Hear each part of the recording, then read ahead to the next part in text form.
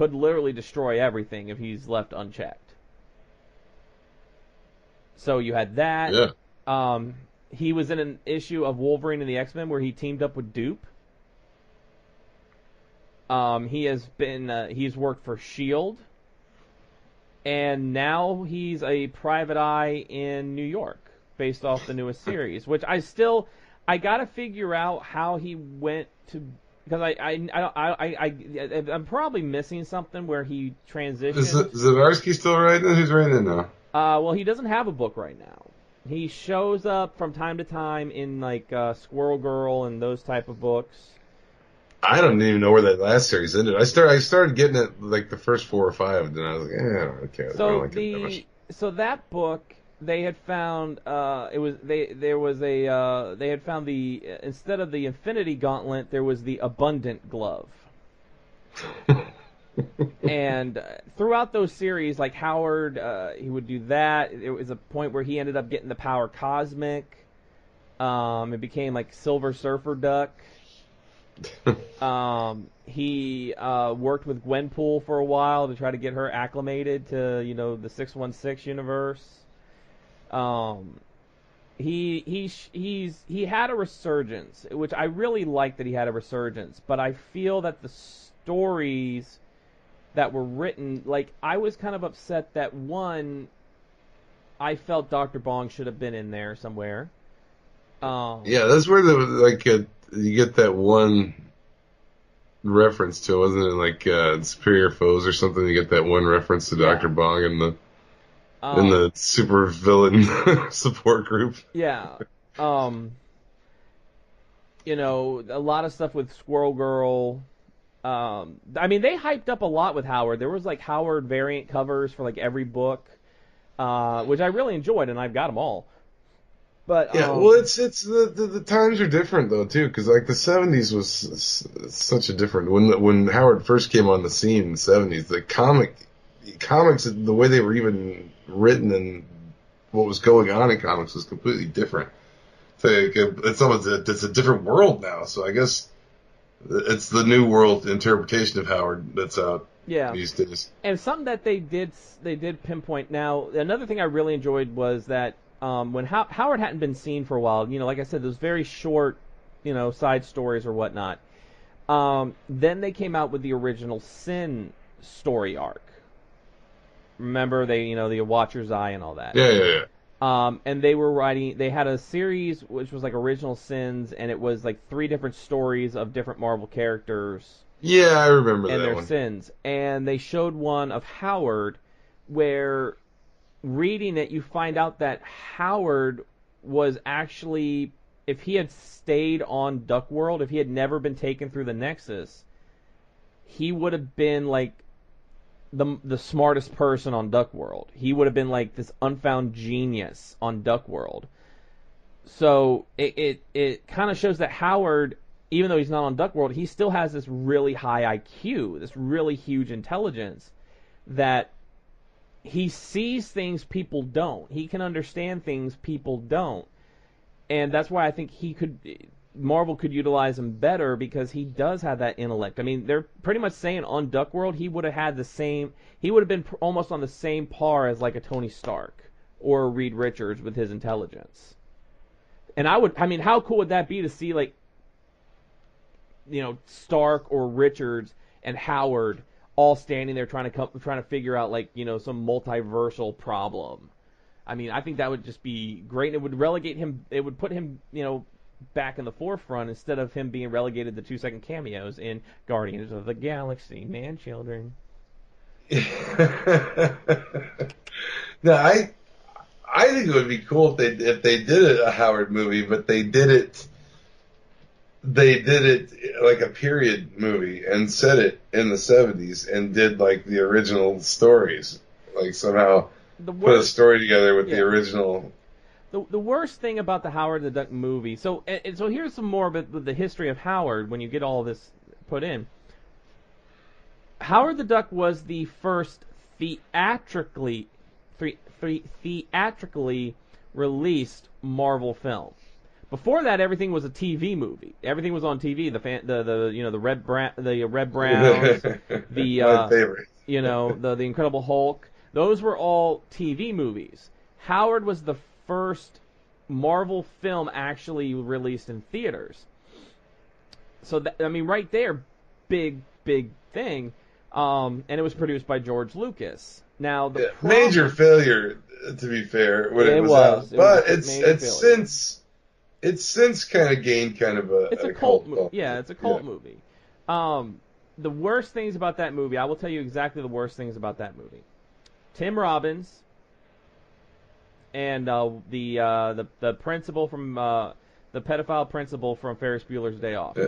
Duck tits were kind of disturbing. I don't even care about duck tits. I don't care. Duck tits, whatever. It's just weird. It was just a weird choice. Yeah, who cares? But it was a weird choice. It was like, oh, what?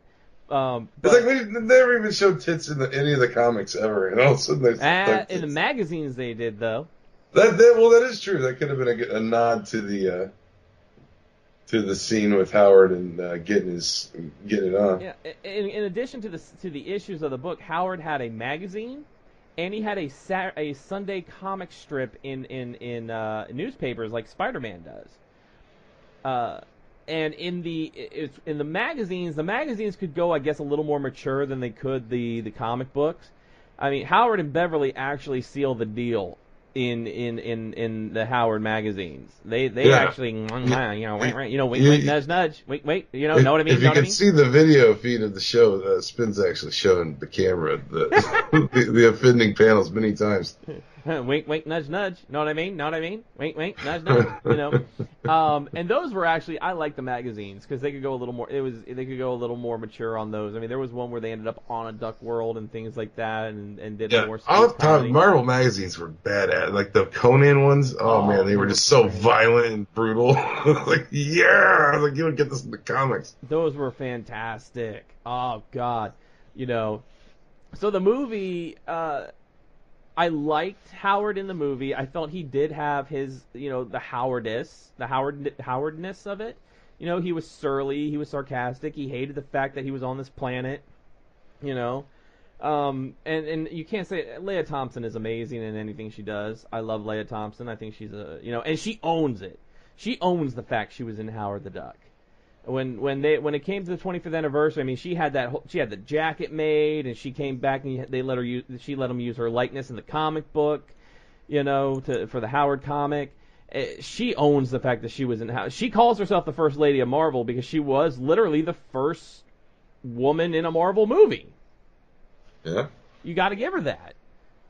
But Howard is I love the character because of the absurdness of him. And the different ways they show him in across the multiverse. I mean, and the fact that, when DC and Marvel crossed over, they made him the baddest motherfucker. They made him Lobo the Duck.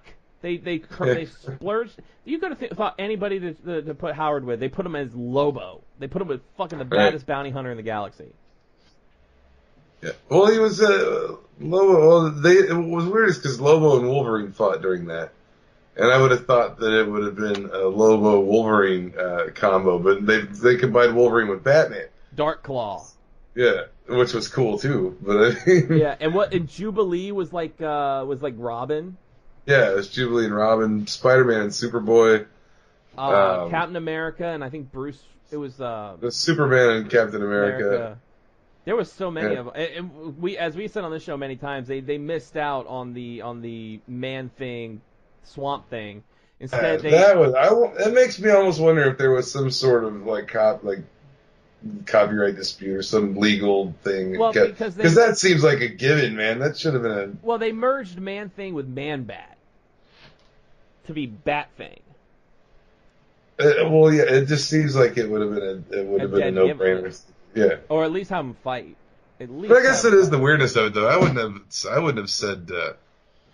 I would have maybe said Nightwing and Spider-Man for some, I don't know. It would have been like, I don't know if I would have put some of those together either. Lobo the Duck was weird. I mean, I would have expected but then again, like Superman fought the Hulk in that contest when they had to fight. Yeah. the DC heroes. Superman fought the Hulk, which would have really been the only person he could have fought. Unless they could have got Hyperion, which would have been a little too obscure. But still, really, Hyperion and Superman are basically because I mean, and we'll They are. He is Superman well, of there's Marvel. another episode we'll give you Squadron Supreme as another Yeah. episode, and It's she's got the books with the guy's ashes in them for Christ's sake. Yeah, I own Grunwald. No, I love Squadron Supreme, and it was kind of like Marvel. They were Marvel's Justice League more or less. There's like an equivalent character to each, like Nighthawk is Batman. You got Hyperion is Superman, and on and on and on. Yeah, it's a good story. It really is a good story. A good team. Um, but I think with Howard, like he's one of those when people think of him, they think of the movie, they don't think of the character in the comics. They have this bad taste with the movie. They don't look at the comics as what they were, which were satirical. I mean, there was an annual issue where they mocked Star Wars, and the cover is like Star Wars, and Howard's Luke Skywalker and all this stuff. The villains were absurd in there. You had Dr. Bong. You had the space turnip. You had a giant beaver. You had just I mean it was Yeah, that was that weird series, right? With the weird painted covers. Is that the oh one? no that was just regular series. You want to go to the Max series? That's the Max series, yeah. Well, we had the Max series, then we had the Media Duckling series, which was really good. The Max series, so how do we describe They Marvel turn into Max? like a mouse or something. Yeah, how do we describe Marvel Max? That was more like the adult Marvel cartoons or comics, Yeah, like for yeah. mature readers, because it was like Punisher was in there. Yeah, with the Punisher Max Max, series. Wolverine Max, which I didn't like. But yeah, there were a lot of Max books. Like Daredevil, I think, was one of them. So that series was just to make fun. The Max series with Howard was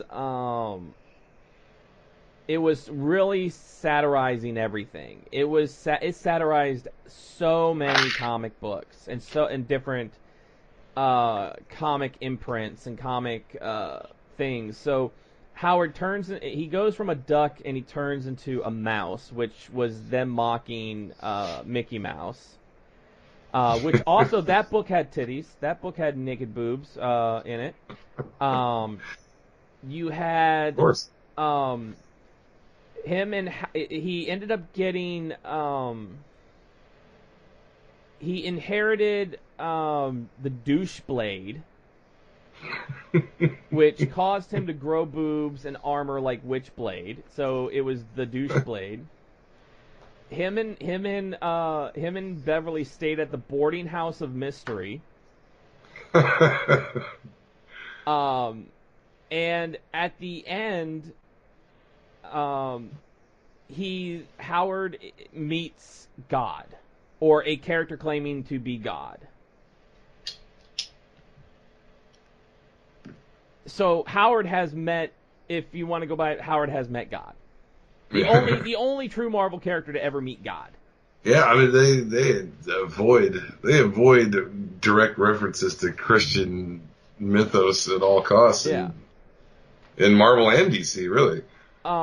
So, and this was Gerber returning to the series, and there was a big dispute for a while when Gerber left Marvel for a little bit over who owned Howard. And Yeah, just the lawsuit here is on. Yeah, there was a big lawsuit about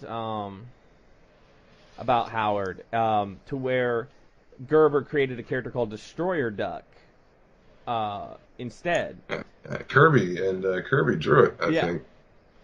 So, but everything ended up becoming copacetic after a little bit, and they got back together, and everything was great.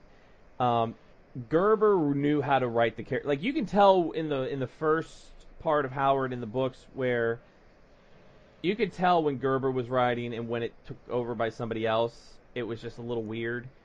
How Gerber understood the sarcasm and the satire, and also to point out, Howard is also the first comic book appearance of Kiss, the rock band Kiss. Yeah, true. Well, I mean, he wrote a lot of stuff for DC too. So I mean, like Yeah. he could flip around and well, all the if you look at his list on here, it's like Image everybody. He like wrote for